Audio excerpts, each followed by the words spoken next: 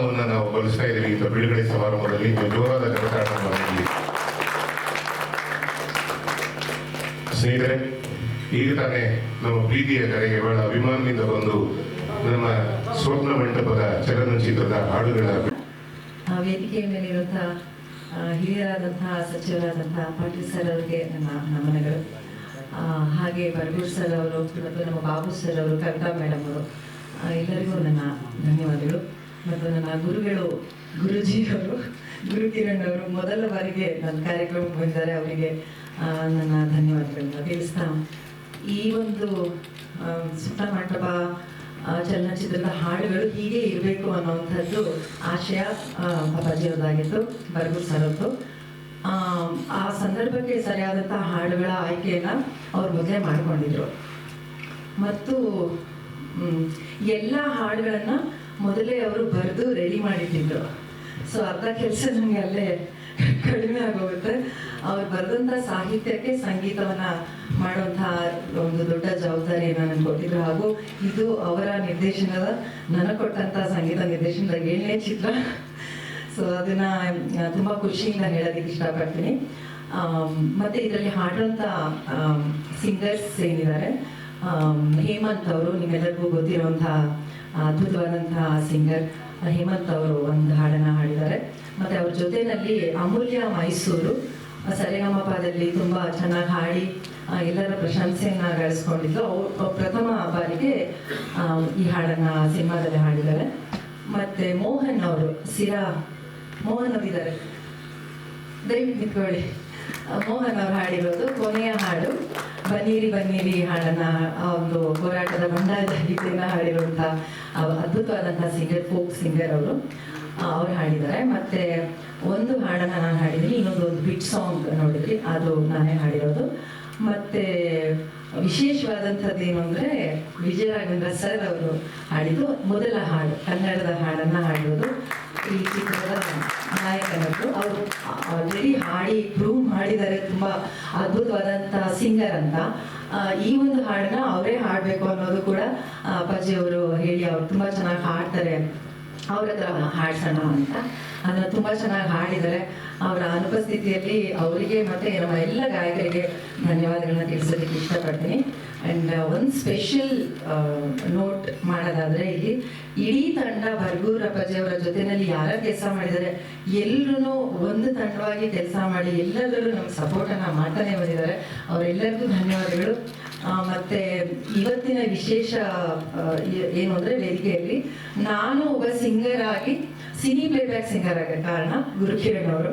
ನಾನು first chance ಕೊಟ್ಟಿದ್ದು ಅವರೇ, ನಿನಗಾಗಿ ಚಿತ್ರದ ಮುಖಾಂತರ. ಅದಾದ್ಮೇಲೆ ಬಹಳಷ್ಟು ಹಿಟ್ ಸಾಂಗ್ಸ್ ನಾನು ಅವ್ರಿಗೆ ಹಾಡಿದ್ದೀನಿ.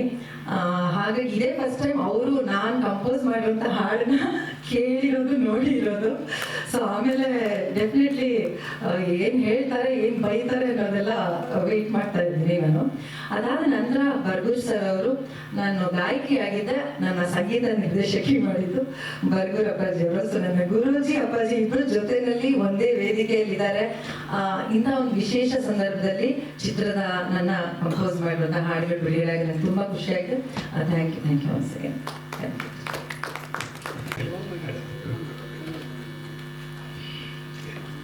ಮಾನ್ಯ ಆತ್ಮೀಯರಾದಂಥ ಸಚಿವರು ಮತ್ತು ನಮ್ಮ ಕುಟುಂಬಕ್ಕೆ ತುಂಬ ಆತ್ಮೀಯರಾದಂಥ ಎಸ್.ಕೆ. ಪಾಟೀಲ್ ಅವರೇ, ಇವತ್ತಿನ ಮುಖ್ಯ ಅತಿಥಿಯಾಗಿರುವ ನನ್ನ ಆತ್ಮೀಯ ಗೆಳೆಯ, ಹಾಗೂ ಇವತ್ತು ತನ್ನದೇ ಆದಂಥ ಕನ್ನಡ ಚಿತ್ರರಂಗ ಮಾತ್ರ ಅಲ್ಲ, ಇಡೀ ಭಾರತೀಯ ಚಿತ್ರರಂಗದಲ್ಲಿ ಸ್ಥಾನಮಾನವನ್ನು ಗಳಿಸಿರುವಂಥ ಗುರು ಕಿರಣ್ ಅವರೇ, ಹಾಗೂ ಈ ಚಿತ್ರದ ನಿರ್ಮಾಪಕರಾದ ಬಾಬು ಅವರೇ ಹಾಗೂ ಶ್ರೀಮತಿ ಬಾಬು ಅವರೇ, ಎಲ್ಲಕ್ಕಿಂತ ಮಿಗಿಲಾಗಿ ನನ್ನ ಈ ಚಿತ್ರದಲ್ಲಿ ಒಳ್ಳೊಳ್ಳೆ ಹಾಡುಗಳನ್ನ ಕೊಟ್ಟು ಮತ್ತೆ ನನ್ನ ಜೊತೆ ಸದಾ ನನ್ನಂಥ ಎಲ್ಲ ವಿಚಾರಗಳನ್ನು ಹಂಚ್ಕೊಳ್ತಾ ಇರುವ ಶಿವಿತಾ ಮಲ್ನಾಡವರೇ, ಮೇಲಾಗಿ ಇವೆಲ್ಲದಕ್ಕೂ ಕಲಶ ಇಟ್ಟಂತೆ ನನ್ನ ಗುರುಗಳಾದಂಥ ನನ್ನ ಪ್ರೀತಿ ಪಾತ್ರ ಅಂತ ಮೇಷ್ಟ್ರೆ.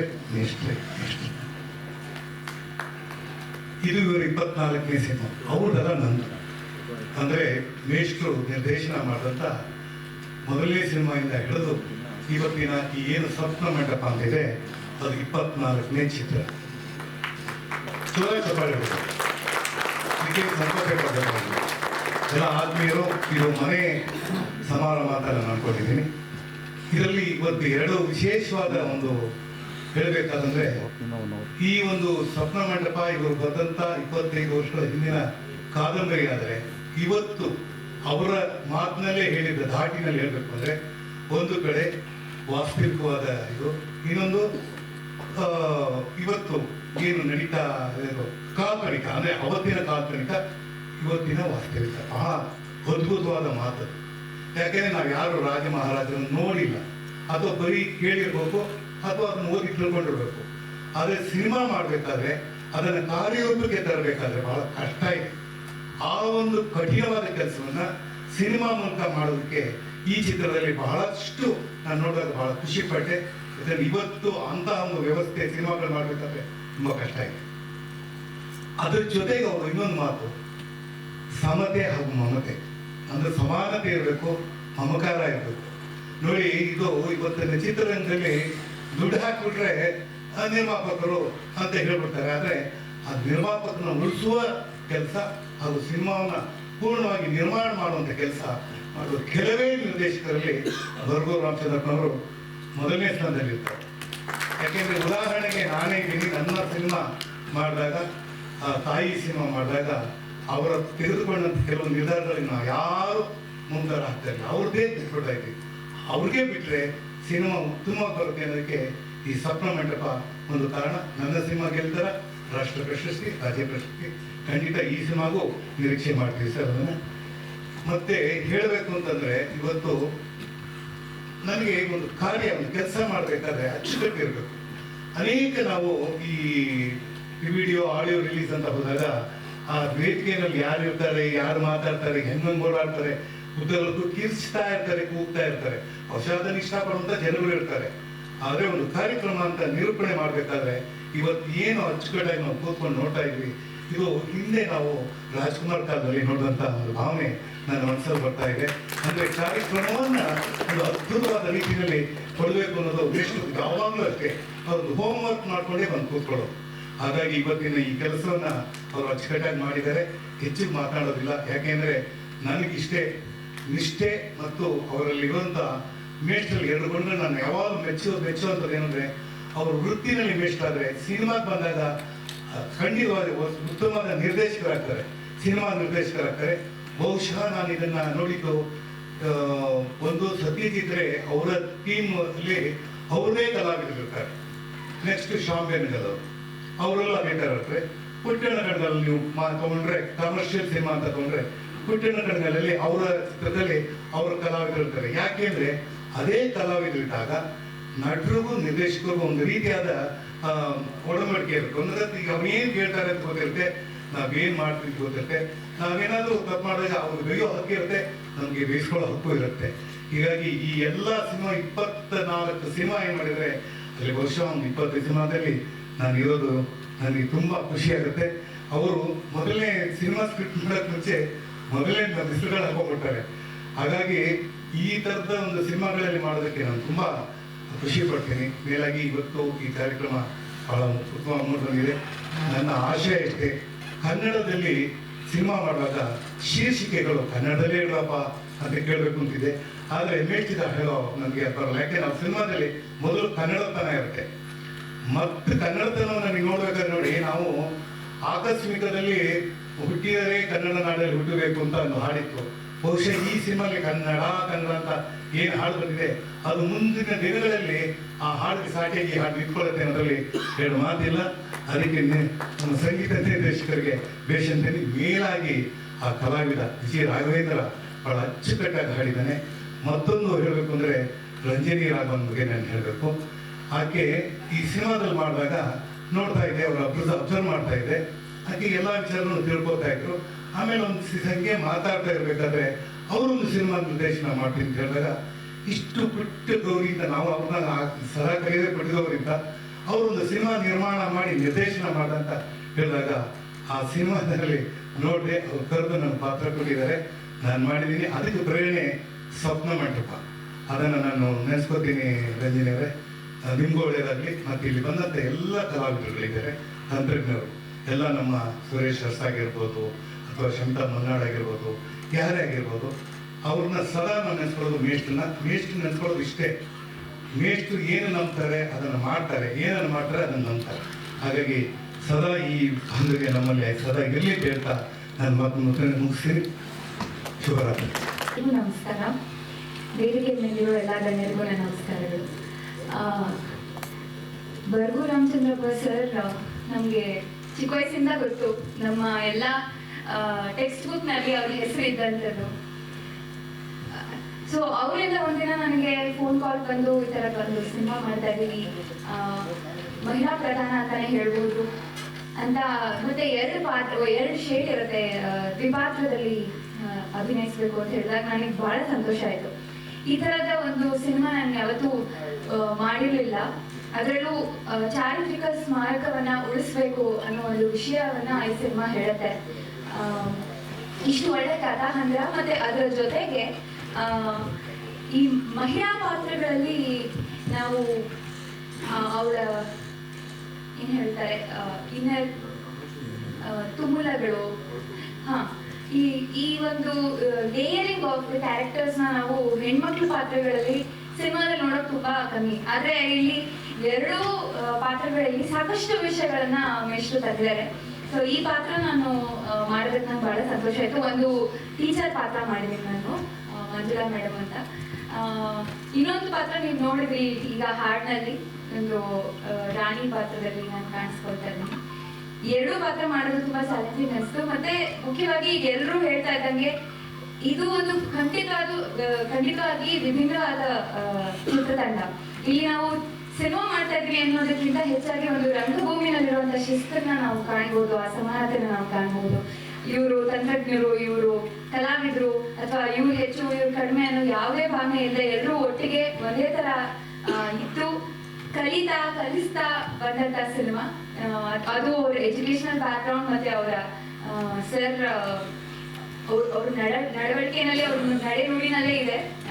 ಥ್ಯಾಂಕ್ ಯು ಸರ್ ನನ್ನನ್ನು ಆಯ್ಕೆ ಮಾಡ್ಕೊಂಡಿದ್ದಕ್ಕೆ. ಮತ್ತು ಮಹಿಳಾ ಸಂಗೀತ ನಿರ್ದೇಶಕಿನ ಈ ಒಂದು ಸಿನಿಮಾದಲ್ಲಿದ್ದಾರೆ. ಸೊ ಥ್ಯಾಂಕ್ ಯು ಶಮಿತಾ ಅವರು, ತುಂಬಾ ಒಳ್ಳೆ ಹಾಡುಗಳನ್ನ ಕೊಟ್ಟಿದ್ದಾರೆ. ಮತ್ತೆ ವಿಜಯರಾಘವೇಂದ್ರ ಸರ್ ಜೊತೆ ನಾನು ಇದು 2ನೇ ಚಿತ್ರ ಮಾಡ್ತಿರೋದು. ಒಂದು ವೆಬ್ ಸೀರೀಸ್ ಮಾಡಿದ್ದೆ. ಖಂಡಿತ ಅವರು ನನ್ನ ಸ್ನೇಹಿತರ ತರ. ಬಹಳ ದುಃಖದ ದಿನಗಳಲ್ಲಿ ಅವರು ಮೋಸ್ಟ್ಲಿ ಅವರ ಜೀವನದ ಒಂದು ಅತಿ ಕಷ್ಟದ ಕಾಲದ ನಂತರ ಸಿನಿಮಾ ಶೂಟಿಂಗಿಗೆ ಈಗಲೇ ಬಂದಿದ್ದು ಅಂತ ಹೇಳಿದ್ರು. ಆ ಒಂದು ಸಮಯದಲ್ಲಿ ಅವರು ಚಿತ್ರೀಕರಣನ ಯಾವುದೇ ಮನ್ಸಲ್ಲಿ ಏನೇ ನೋವಿದ್ರು ಅದನ್ನ ಪಕ್ಕಕ್ಕೆ ಇಟ್ಟು ನಮ್ಮ ಜೊತೆಗೆಲ್ಲ ಆರಾಮಾಗಿತ್ತು. ಅವರು ನನ್ನ ಕೆಲಸ ಮಾಡೋದ್ರಿಂದ ನನ್ನ ದುಃಖದಿಂದ ಹೊರಗಡೆ ಬರ್ತೀನಿ ಅಂತ ಹೇಳ್ತಾ ಇದ್ರು. ಆ ಒಂದು ಸಂದರ್ಭದಲ್ಲಿ ನಾವು ಇದನ್ನ ಶೂಟ್ ಮಾಡಿದ್ದು. ಒಳ್ಳೆ ಅನುಭವ ಮತ್ತೆ ಕಲಿಕೆನ ಕೊಟ್ಟಂತ ಚಿತ್ರ. ಆಮೇಲೆ ಥ್ಯಾಂಕ್ ಯು ಸುಂದರರಾಜ್ ಸರ್ ಮತ್ತೆ ಇಡೀ ತಂಡ ಬಹಳ ಪ್ರೀತಿಯಿಂದ ನೋಡ್ಕೊಂಡಿದ್ದಾರೆ. ಒಂದು ಸ್ಕೂಲಿಗೆ ಹೋಗಿ ಬಂದ ಅನುಭವ ಅಂತಾನೆ ಹೇಳ್ಬೋದು. ಏನಾದ್ರೂ ಹೆಸರು ಹೇಳೋದು ಬಿಟ್ಟಿದ್ರೆ ನನಗೆ ನೆನಪಾಗ್ತಿಲ್ಲ. ಇಡೀ ತಂಡಕ್ಕೆ ಧನ್ಯವಾದಗಳು. ಈ ಚಿತ್ರದ ಭಾಗವಾಗಿರೋದಕ್ಕೆ ನಂಗೆ ಬಹಳ ಹೆಮ್ಮೆ ಇದೆ. ಜೈ ಹಿಂದ್, ಜೈ ಕರ್ನಾಟಕ.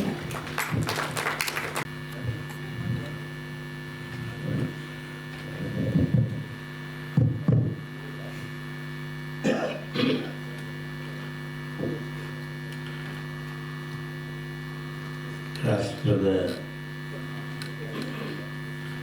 ಖ್ಯಾತ ಸಾಹಿತಿ, ಸಮಾಜದ ಸುಧಾರಣೆಯನ್ನು ಸದಾಕಾಲ ಬಯಸಿ ಸಾಹಿತ್ಯ ಕ್ಷೇತ್ರಕ್ಕೆ ಅಗಾಧ ಸೇವೆಯನ್ನು ಮಾಡಿರ್ತಕ್ಕಂಥ ಆತ್ಮೀಯರು, ಹಿತೈಷಿಗಳು ಆದ ಬರ್ಗು ರಾಮಚಂದ್ರಪ್ಪನವರ,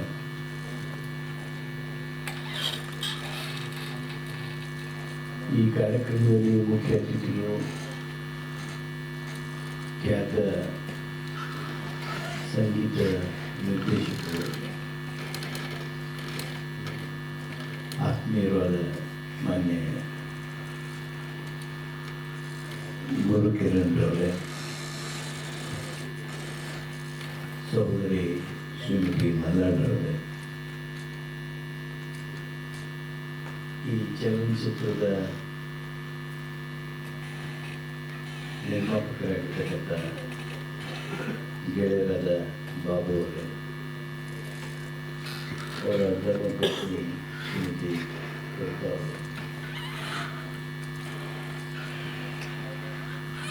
ನೆರೆದಿರ್ತಕ್ಕಂಥ ಎಲ್ಲ ಗಣ್ಯಮಾನ್ಯರೇ,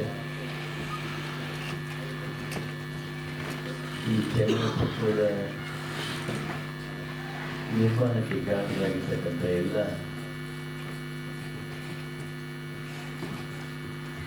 ನೈಪುಣ್ಯವನ್ನು ಹೊಂದಿರತಕ್ಕಂಥ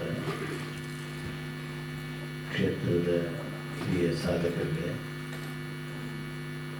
ಗೆಳೆಯರೆ, ಇವೆಲ್ಲ ನಮಗೆ ಹೊಸ ಅನುಭವಗಳು. ನಾನು ಸಿನಿಮಾ ಬರೋಕ್ಕಿಂತ ಮುಂದೆ ಯಾವ ಸಿನಿಮಾದ್ದು ಹಾಡು ಕೇಳಿರಲಿಲ್ಲ. ಸಿನಿಮಾ ಬಂದಮೇಲೆ ಆ ಸಂಗೀತ ಹಾಡು ಜನಪ್ರಿಯ ಆದಮೇಲೆ ಕೇಳ್ತೀನಿ. ಇವತ್ತು ನರಗೂರು ರಾಮಚಂದ್ರನವರ ಸಾಹಿತ್ಯವನ್ನು ಹಾಗೂ ಈ ಸಂಗೀತವನ್ನು ಎರಡೂ ಸ್ವಪ್ನ ಮಂಟಪ ಸಿನಿಮಾ ಬರೋದಕ್ಕಿಂತ ಮೊದಲು ಕೇಳುವ ಈ ಸದಾವಕಾಶ ನಮ್ಮದಾಯಿತು. ಆ ಕಾರಣಕ್ಕಾಗಿ ನಾನು ಬರುವುದರವ್ರಿಗೆ ನನ್ನ ವಿಶೇಷ ಕೃತಜ್ಞತೆಗಳನ್ನು ಹೇಳಿದೆ. ಈ 3 ಹಾಡಿನೊಳಗೆ ನಾವು ಸಿನಿಮಾ ಏನಿರ್ಬೋದು ಅಂತ ಅಂದಾಜು ಮಾಡ್ಬೋದು. ಬಹುಶಃ ಪ್ರೊಫೆಸರ್ ಬರಗೂರವ್ರಿಗೆ ಏನು ನಮ್ಮ ಇತಿಹಾಸ, ಸಂಸ್ಕೃತಿ, ಪರಂಪರೆ, ನಮ್ಮತನ, ಶ್ರೇಷ್ಠತೆ ಬಗ್ಗೆ ಆ ವಿಶೇಷವಾಗಿರ್ತಕ್ಕಂಥ ಕಳಕಳಿ ಇದೆ. ಆ ಕಳಕಳಿ, ಕಾಳಜಿ, ಕಳಕಳಾತಿ ಇವತ್ತು ಅವರ ಸಾಹಿತ್ಯದ ಮೂಲಕ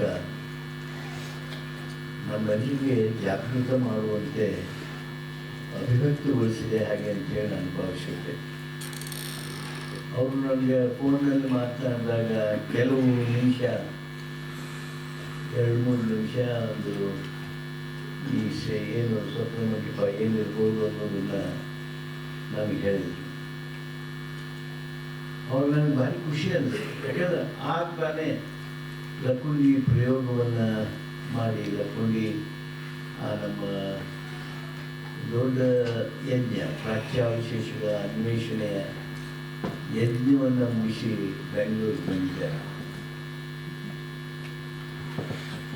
ಇವರು ಕಥೆ ಹೇಳೋ ಮುಂದೆ ಆಮೇಲೆ ಇವತ್ತು ನಾನು ಈ ಹಾಡುಗಳನ್ನು ಕೇಳುವಾಗ ನನಗೆ ಈ ಚಿತ್ರ ಎಷ್ಟು ನೋಡ್ತಿದ್ದೋ ಅಷ್ಟು ನಾನು ಲಕ್ಕುಂಡಿ ನೋಡ್ತಿದ್ದೆ.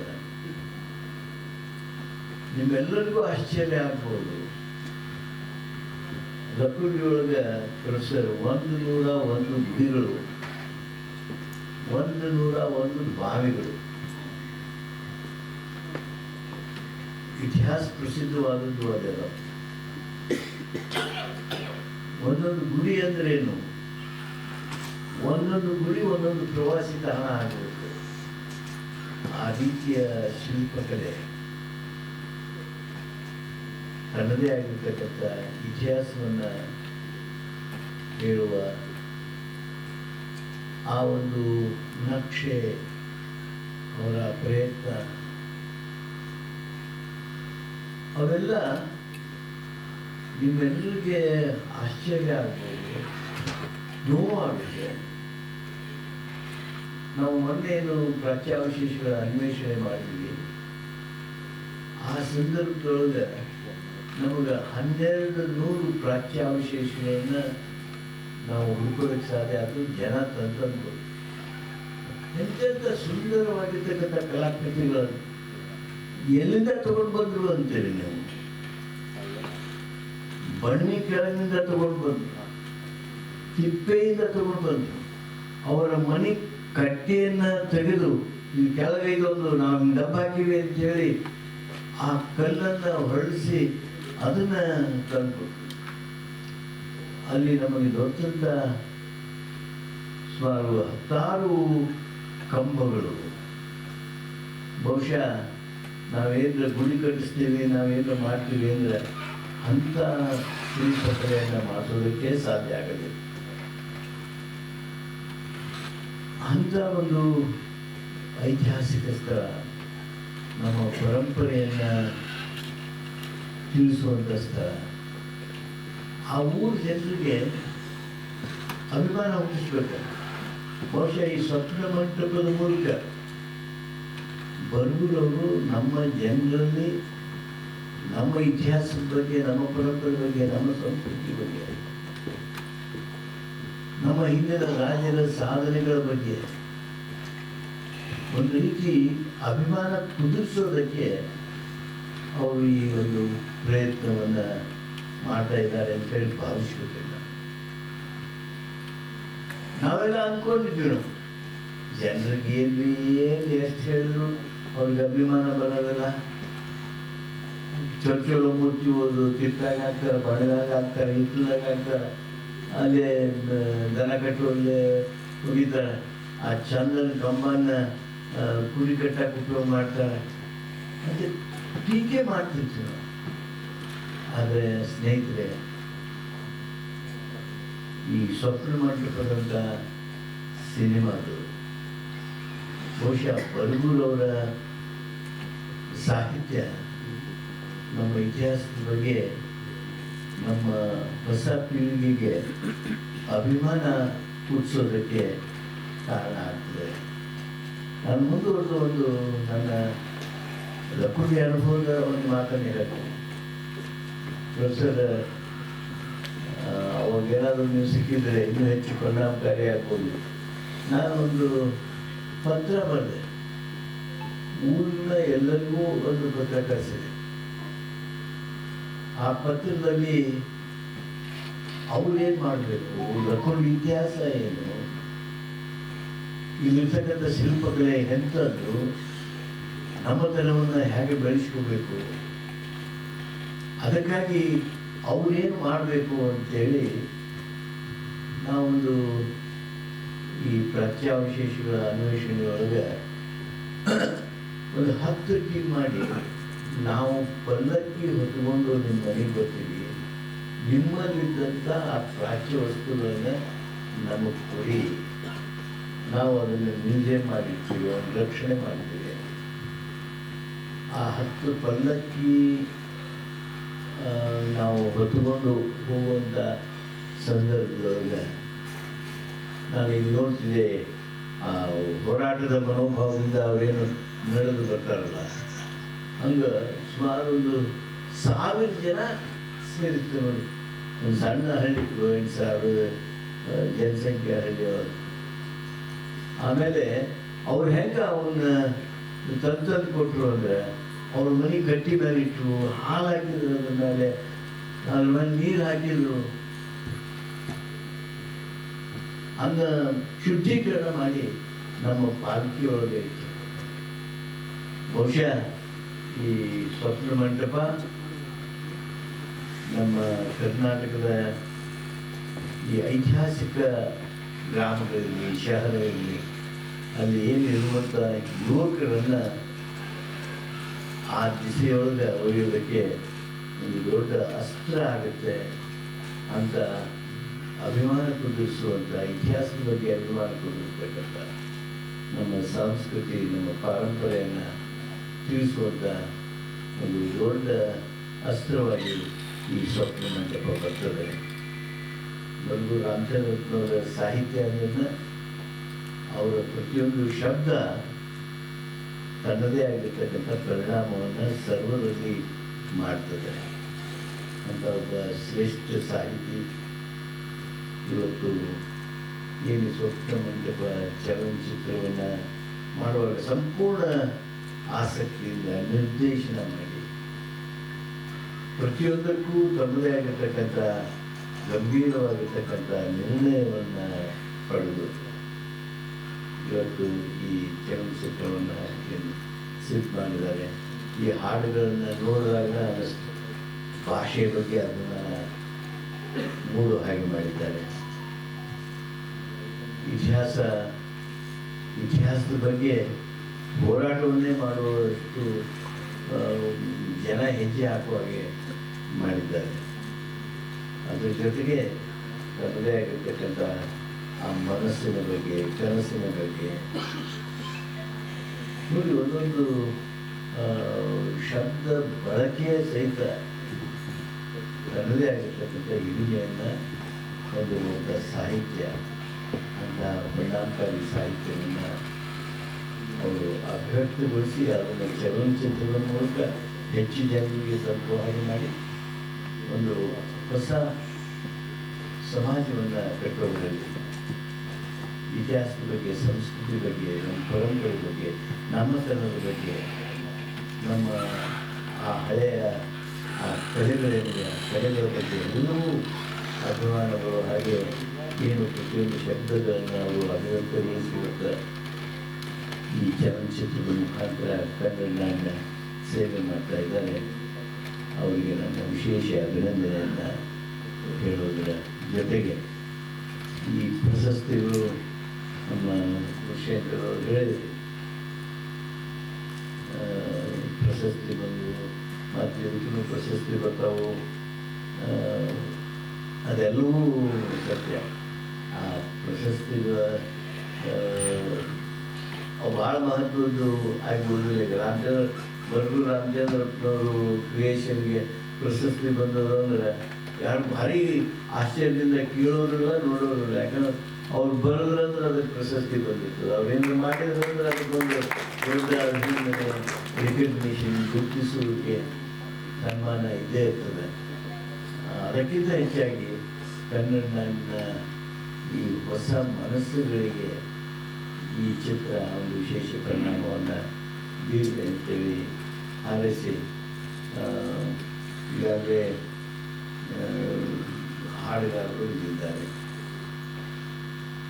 ಚಲನಚಿತ್ರ ನಟಿ ಉತ್ತಮವಾಗಿರ್ತಕ್ಕಂಥ ಪ್ರದರ್ಶನ ಮಾಡಿದ್ದಾರೆ, ಅವರು ಇದ್ದಾರೆ. ಈ ಒಂದು ಕುಟುಂಬ ಇದು, ಈ ಸ್ವಪ್ನ ಮಂಟಪದ ಕುಟುಂಬನೇ ಇದು. ನೀವು ಎಲ್ಲರೂ ಸಿನಿಮಾದವರು ಸ್ವಪ್ನ ಮಂಟಪದಾಗನೇ ಇರ್ತೀವಿ.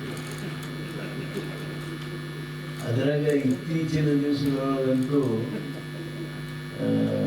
ಗುರುಗಳವರ ಸ್ವಲ್ಪ ಭವಿಷ್ಯವಾಗಿ ಸಿನಿಮಾ ಅಂದ್ರೆ ಈಗ ಹಾಡ್ಕೊಂತ ನಿಲ್ಲುವು, ಇಂಥವು ಗುಣಿವು, ಈಗ ಕುಂಡ್ರು, ಮನಸ್ಸು, ಪ್ರೀತಿ, ಭಾವ, ಇವು ಯಾವುದರ ಬಗ್ಗೆನೂ ಮಾತನ್ನು ಆಡೋದಿಲ್ಲ. ಈ ಭೇಟಿಯಾಗಿ 2 ನಿಮಿಷ ಆಗಿರ್ತದ, ಆಗ ಒಬ್ಬ ಚಾಕುನ ತೆಗಿತಾನೆ, ಜೀವನ ತೆಗಿತಾನೆ, ಒಬ್ಬರ ಮೇಲೆ ಒಬ್ಬರು ಬೀಳ್ತಾರೆ. ಆದರೂ ಅವುಗಳನ್ನ ನೋಡ್ತೀವಿ ನಾವು. ಅಂಥದ್ರೊಳಗೆ ಈ ಭಾವನಾತ್ಮಕವಾಗಿರ್ತಕ್ಕಂಥ ಈ ಎಮೋಷನಲ್ ಸ್ಯಾಟಿಸ್ಫ್ಯಾಕ್ಷನ್ ನೀಡುವಂಥ ಚಲನಚಿತ್ರ ಮಾಡೋರು ಕಡಿಮೆ, ನೋಡೋರು ಕಡಿಮೆ. ಅಂಥ ಕಾಲದೊಳಗೆ ಈ ಭಾವನಾತ್ಮಕವಾಗಿರ್ತಕ್ಕಂಥ ಆ ಒಂದು ಸಮಾಧಾನಕ್ಕಾಗಿ ಪ್ರೊಫೆಸರ್ ಬರಗೂರವರು ಎಲ್ಲ ಕೆಲಸ ಮಾಡ್ತಿರ್ತಾರೆ. Emotional satisfaction is very important. ನನಗೆ ಸ್ವಲ್ಪ ಹಿಂದೆ ಹೋಗ್ತೇನೆ, ಒಂದು 30-40 ವರ್ಷದ ಹಿಂದೆ ನಾವು ಯುವಕರಾಗಿದ್ದಾಗ, ನಾವು ಆಗ 30-35 ಬರುವವರೆಗೆ, 40 ಬರುವವರೆಗೆ ಒಂದೊಂದು ಹಾಡು ಒಬ್ಬೊಬ್ಬ ವ್ಯಕ್ತಿಯ ಬದುಕನ್ನು ಬದಲಾಯಿಸ್ತೀವಿ. ಅಷ್ಟೇ ಅಲ್ಲ, ಅದರಲ್ಲೂ ಹಿಂದಿ ಸಾಂಗ್ಸ್, ನಮ್ಮ ಉತ್ತರ ಕರ್ನಾಟಕದೊಳಗೆ ಸ್ವಲ್ಪ ಹಿಂದಿ ಸಾಂಗ್ಸ್ ಬಗ್ಗೆ ಭಾಳ ಪ್ರೀತಿ. ಆ ಮೊಮ್ಮದಲ್ಲಿ ಲತಾ ಮಂಗೇಶ್ಕರ್, ಆಶಾ ಭೋಸ್ಲೆ, ಮನ್ನಾಡೆ ಇವೆಲ್ಲ ಹಾಡಿದ್ರು ಅಂದ್ರೆ ಆ ಹುಡುಗರು ಹುಚ್ಚಿರಾಗ್ತಿದ್ರು. ಅಂದರೆ ಆ emotional attachment with the song. Then days were giving more satisfaction of love than what is happening in today's world. ಒಬ್ಬ ಹುಡುಗ ಒಬ್ಬರಿಗೆ ಟೀನೇಜರ್ಸ್ ಅಲ್ಲಿ ಲವ್ ಮಾಡಿದ್ರು, ಪ್ರೀತಿ ಮಾಡಿದ್ರು ಅಂತ ಆ ಸಿನಿಮಾಗಳ ಅವ್ರಿಗೆ ಭಾರಿ ದೊಡ್ಡ ಮುದ